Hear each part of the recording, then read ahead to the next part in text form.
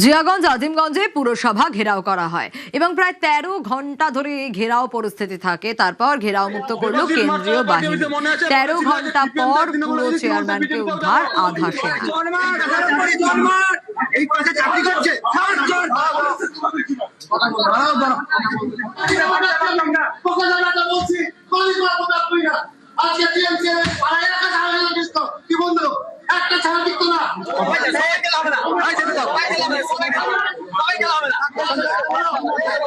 তোমার বাড়িতে যারা কাজ করবে, তোমার যারা ব্যাগ বইবে, তোমার যারা জুতো চাটবে, তারা চাকরি পাবে বড় সবাই।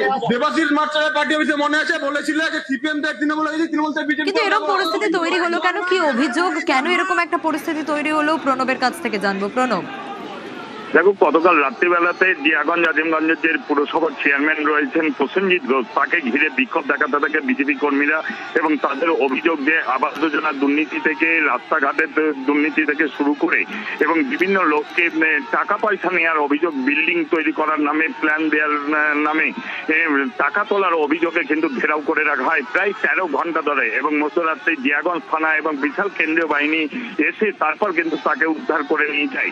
এরপরে জিয়াগঞ্জ থানাতে জিয়াগঞ্জ আজিমগঞ্জ যে পুরসভা, সেখানকার যে ইয়ে রয়েছেন ইঞ্জিনিয়ার, তিনি আর কি অভিযোগ দায়ের করেন জিয়াগঞ্জ থানাতে আজকে সকালবেলাতে।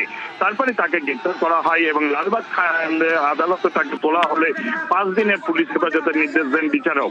এবং এলাকার মানুষের অভিযোগ, গত 5 বছর ধরে বিভিন্ন ধরনের দুর্নীতি করেছেন এই পুরসভার চেয়ারম্যান, তাই কঠোরতম শাস্তি চাই। এবং তাকে যখন আজকে তোমার এই পয়সা চাকরি করছে